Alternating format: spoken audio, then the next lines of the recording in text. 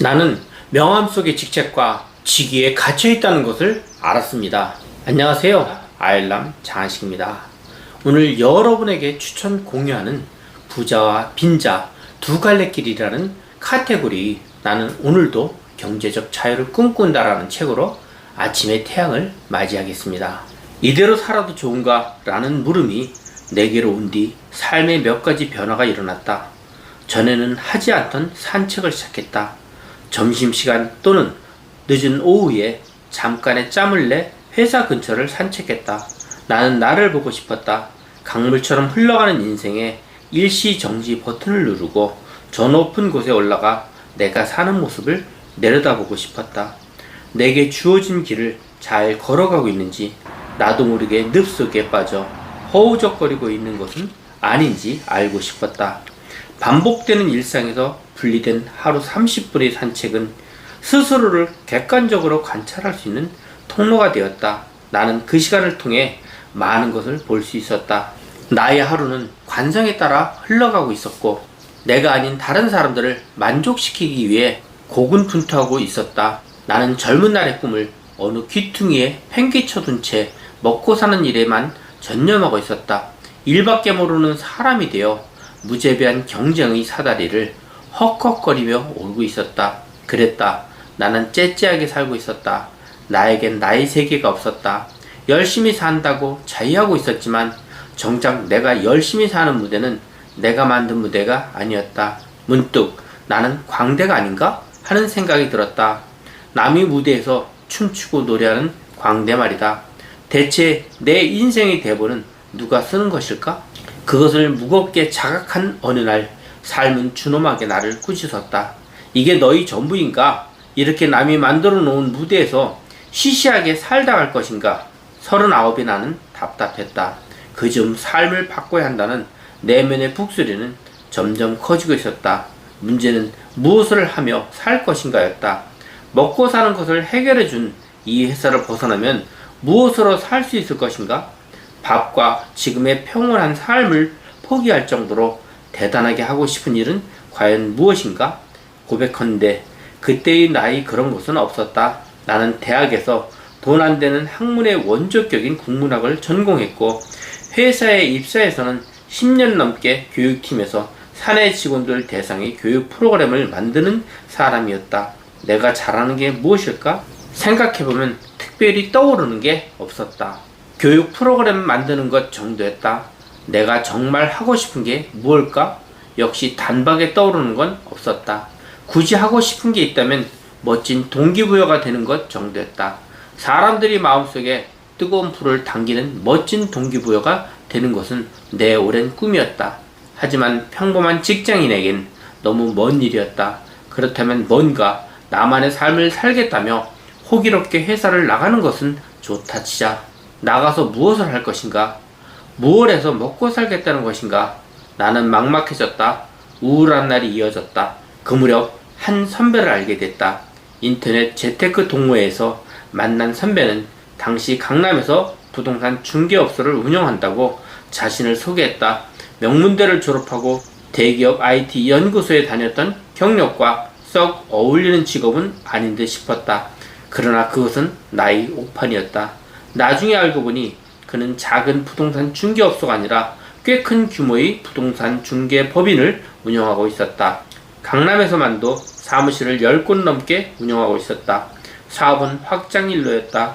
우연히 접한 부동산 투자가 적성에 잘 맞았고 그와 관련해 사업을 구상하다 보니 여기까지 오게 되었다고 했다. 그의 사업을 들여다보니 2009년 당시 이미 시대를 한참 앞서는 중개 영업을 하고 있었다.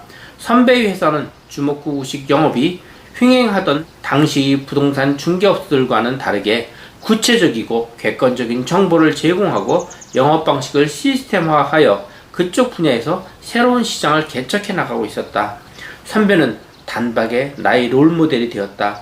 그와 술 한잔을 앞에 두고 나는 그 저녁의 대화를 나는 생생히 기억한다. 대기업 IT 연구소라면 누구나 선망하던 곳인데 직장을 나올 때 아깝지 않으셨어요? 두렵지 않으셨어요? 나는 진지하게 물었다. 아까웠지요. 두려웠지요. 그러나 그보다 내 나이가 더 두려웠어요. 회사를 나올 때 내 나이가 42이었는데 그 시기를 넘기면 평생 시시한 직장인으로 살아야 한다고 생각했거든요. 그래서 눈 딱 감고 나왔죠. 뭐 하하 그랬구나. 하지만 너무 대책 없지 않은가? 나는 궁금했던 질문들을 속사포처럼 쏟아냈다. 나가고 싶어도 나가서 할 수 있는 일이 있어야 하는 거 아닌가요? 선배님은 직장에서 퇴사하기 전부터 부동산 사업을 준비하거나 구상을 했었나요? 원래부터 그 분야를 잘 알았나요? 중요한 문제죠. 변변찮은 무기 하나 강호에 나왔다가는 사흘도 못 가서 잡아먹히기 십상이죠. 그런데 내 경우도 대단한 준비를 했거나 필살기가 있거나 한 건 아니었어요.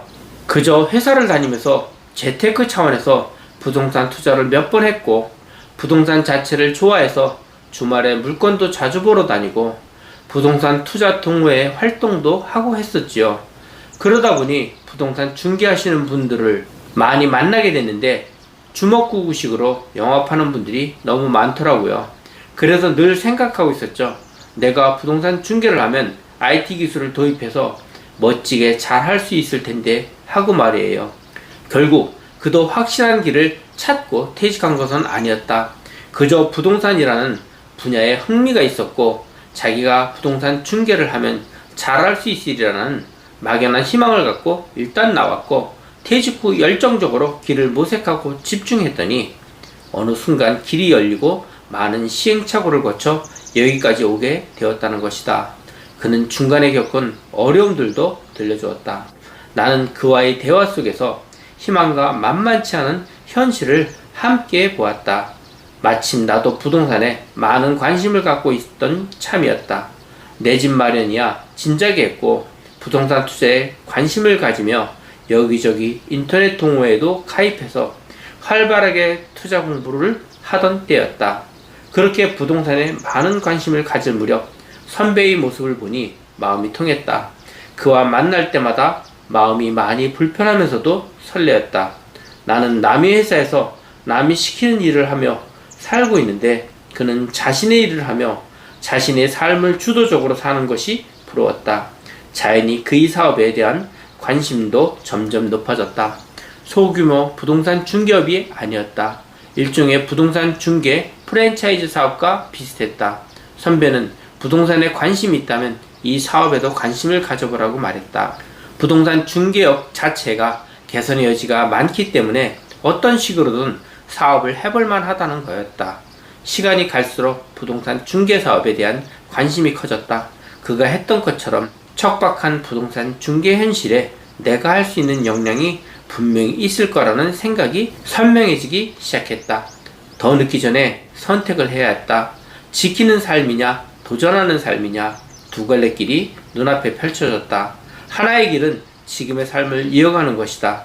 안정적이지만 미지근한 삶, 떠나고 싶지만 떠나기 힘든 삶을 계속 살아가는 것이다.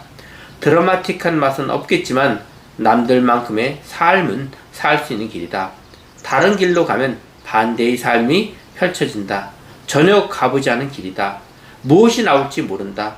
길고 긴 가시덤불이 나올지 오색찬란한 무릉도원이 나타날지 알 수 없다. 현재 가진 것을 포기해야 하기에 가다가 쓰러질지도 모른다. 큰 모험이다. 어떤 길을 선택해야 하는가? 나는 오늘도 경제적 자유를 꿈꾼다 중에서 경제적 자유, 시간적 자유, 공간적 자유를 얻는다는 것은 꿈만 꾸어서는 이룰 수 없습니다. 꿈을 꾸었다면 그 꿈을 향하여 차곡차곡 실행을 해야 합니다. 희망의 태양이 떠오르는 아침, 여러분은 경제적 자유를 꿈꾸는 모든 것이 풀리는 하루가 되시길 바랍니다. 감사합니다.